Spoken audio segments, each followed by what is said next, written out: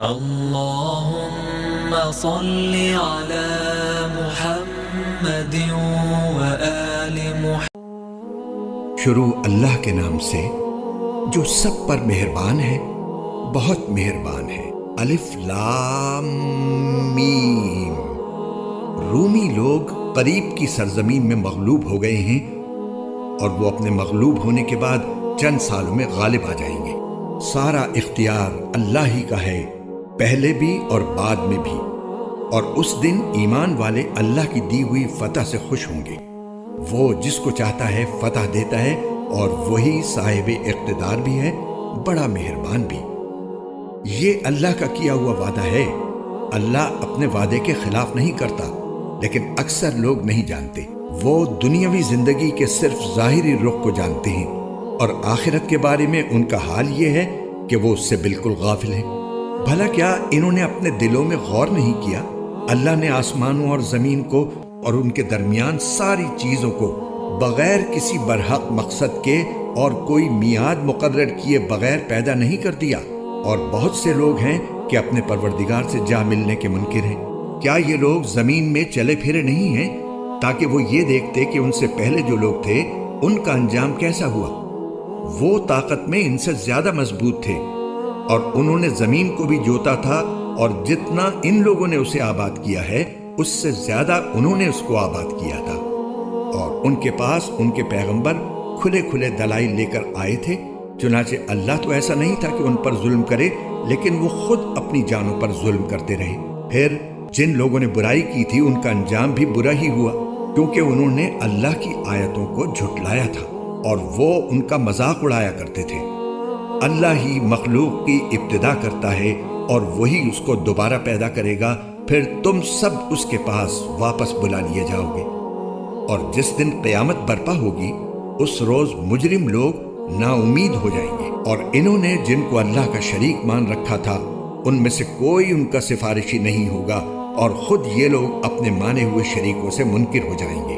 اور جس دن قیامت برپا ہوگی اس روز لوگ مختلف قسموں میں بٹ جائیں گے۔ چنانچہ جو لوگ ایمان لائے تھے اور انہوں نے نیک عمل کیے تھے ان کو تو جنت میں ایسی خوشیاں دی جائیں گی جو ان کے چہروں سے پھوٹی پڑ رہی ہوں گی، اور جن لوگوں نے کفر اپنا لیا تھا اور ہماری آیتوں کو اور آخرت کا سامنا کرنے کو جھٹلایا تھا تو ایسے لوگوں کو عذاب میں دھر لیا جائے گا۔ لہٰذا اللہ کی تسبیح کرو اس وقت بھی جب تمہارے پاس شام آتی ہے، اور اس وقت بھی جب تم پر صبح طلوع ہوتی ہے، اور اسی کی حمد ہوتی ہے آسمانوں میں بھی اور زمین میں بھی۔ اور سورج ڈھلنے کے وقت بھی اس کی تسبیح کرو، اور اس وقت بھی جب تم پر ظہر کا وقت آتا ہے۔ وہ جاندار کو بے جان سے نکال لاتا ہے اور بے جان کو جاندار سے نکال لیتا ہے، اور وہ زمین کو اس کے مردہ ہو جانے کے بعد زندگی بخشتا ہے، اور اسی طرح تم کو قبروں سے نکال لیا جائے گا۔ اور اس کی قدرت کی ایک نشانی یہ ہے کہ اس نے تم کو مٹی سے پیدا کیا، پھر تم دیکھتے ہی دیکھتے انسان بن کر زمین میں پھیلے پڑے ہو۔ اور اس کی ایک نشانی یہ ہے کہ اس نے تمہارے لیے تمہیں میں سے بیویاں پیدا کی تاکہ تم ان کے پاس جا کر سکون حاصل کرو، اور تمہارے درمیان محبت اور رحمت کے جذبات رکھ دیے۔ یقیناً اس میں ان لوگوں کے لیے بڑی نشانیاں ہیں جو غور و فکر سے کام لیتے ہیں۔ اور اس کی نشانیوں کا ایک حصہ آسمانوں اور زمین کی پیدائش اور تمہاری زبانوں اور رنگوں کا اختلاف بھی ہے۔ یقیناً اس میں دانش مندوں کے لیے بڑی نشانیاں ہیں۔ اور اس کی نشانیوں کا ایک حصہ تمہارا رات اور دن کے وقت سونا اور اللہ کا فضل تلاش کرنا ہے۔ یقیناً اس میں ان لوگوں کے لیے بڑی نشانیاں ہیں جو بات سنتے ہوں۔ اور اس کی ایک نشانی یہ ہے کہ وہ تمہیں بجلی کی چمک دکھاتا ہے جس سے ڈر بھی لگتا ہے اور امید بھی ہوتی ہے، اور آسمان سے پانی برساتا ہے جس کے ذریعے وہ زمین کو اس کے مردہ ہو جانے کے بعد زندگی بخشتا ہے۔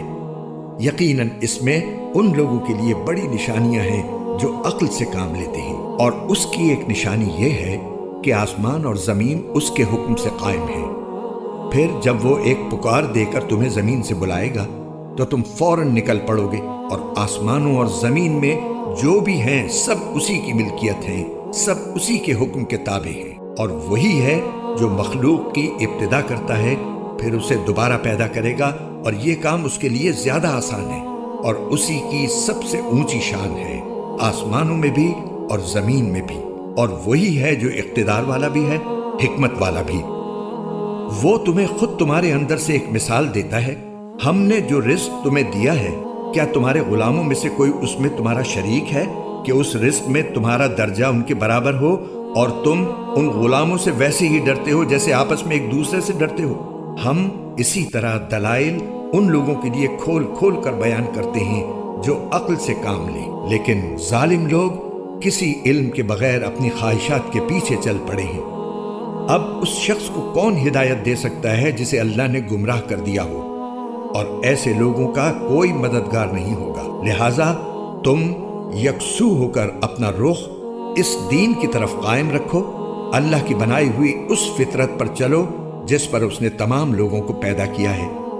اللہ کی تخلیق میں کوئی تبدیلی نہیں لائی جا سکتی، یہی بالکل سیدھا راستہ ہے، لیکن اکثر لوگ نہیں جانتے۔ فطرت کی پیروی اس طرح کرو کہ تم نے اسی اللہ سے لو لگا رکھی ہو، اور اس سے ڈرتے رہو اور نماز قائم کرو، اور ان لوگوں کے ساتھ شامل نہ ہو جو شرک کا ارتکاب کرتے ہیں، وہ جنہوں نے اپنے دین کو ٹکڑے ٹکڑے کر لیا اور مختلف فرقوں میں بٹ گئے۔ ہر گروہ اپنے اپنے طریقے پر مگن ہے، اور جب لوگوں کو کوئی تکلیف چھو جاتی ہے تو وہ اپنے پروردگار سے لو لگا کر اسی کو پکارتے ہیں۔ پھر جب وہ اپنی طرف سے انہیں کسی رحمت کا ذائقہ چکھا دیتا ہے تو ان میں سے کچھ لوگ یکا یک اپنے پروردگار کے ساتھ شرک کرنے لگتے ہیں تاکہ ہم نے انہیں جو کچھ دیا تھا اس کی ناشکری کریں۔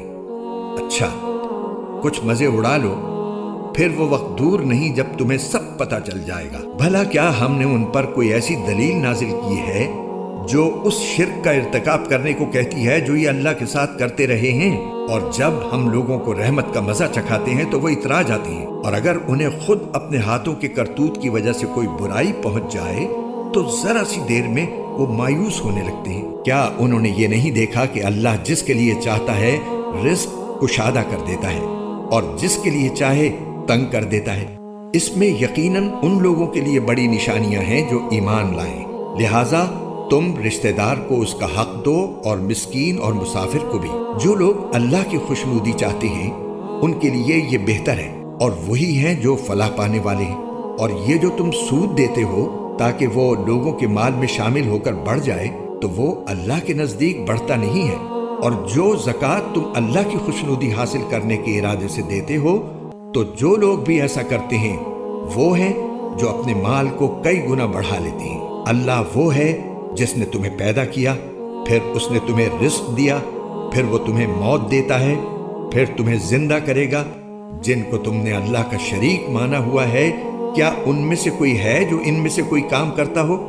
پاک ہے وہ، اور بہت بالا و برتر اس شرک سے جس کا ارتکاب یہ لوگ کرتے ہیں۔ لوگوں نے اپنے ہاتھوں جو کمائی کی اس کی وجہ سے خشکی اور تری میں فساد پھیلا، تاکہ انہوں نے جو کام کیے ہیں اللہ ان میں سے کچھ کا مزہ انہیں چکھائے، شاید وہ باز آ جائیں۔ اے پیغمبر، ان سے کہو کہ زمین میں چل پھر کر دیکھو کہ جو لوگ پہلے گزرے ہیں ان کا کیسا انجام ہوا۔ ان میں سے اکثر مشرک تھے، لہٰذا تم اپنا رخ صحیح دین کی طرف قائم رکھو قبل اس کے کہ وہ دن آئے جس کے ٹلنے کا اللہ کی طرف سے کوئی امکان نہیں ہے۔ اس دن لوگ الگ الگ ہو جائیں گے، جس نے کفر کیا ہے اس کا کفر اسی پر پڑے گا، اور جن لوگوں نے نیک عمل کیا ہے وہ اپنے لیے ہی راستہ بنا رہے ہیں۔ نتیجہ یہ کہ اللہ ان لوگوں کو اپنے فضل سے جزا دے گا جو ایمان لائے ہیں اور انہوں نے نیک عمل کیے ہیں۔ یقیناً اللہ کافروں کو پسند نہیں کرتا۔ اور اس اللہ کی قدرت کی ایک نشانی یہ ہے کہ وہ ہوائیں بھیجتا ہے جو بارش کی خوشخبری لے کر آتی ہیں، اور اس لیے بھیجتا ہے تاکہ تمہیں اپنی رحمت کا کچھ مزہ چکھائے، اور تاکہ کشتیاں اس کے حکم سے پانی میں چلیں اور تم اس کا فضل تلاش کرو اور شکر ادا کرو۔ اور اے پیغمبر، ہم نے تم سے پہلے بھی بہت سے پیغمبر ان کی قوموں کے پاس بھیجے، چنانچہ وہ ان کے پاس کھلے کھلے دلائل لے کر آئے۔ پھر جنہوں نے جرائم کا ارتکاب کیا تھا ہم نے ان سے انتقام لیا، اور ہم نے یہ ذمہ داری لی تھی کہ ایمان والوں کی مدد کریں۔ اللہ ہی وہ ہے جو ہوائیں بھیجتا ہے، چنانچہ وہ بادل کو اٹھاتی ہیں، پھر وہ اس بادل کو جس طرح چاہتا ہے آسمان میں پھیلا دیتا ہے اور اسے کئی تہوں والی گھٹا میں تبدیل کر دیتا ہے۔ تب تم دیکھتے ہو کہ اس کے درمیان سے بارش برس رہی ہے،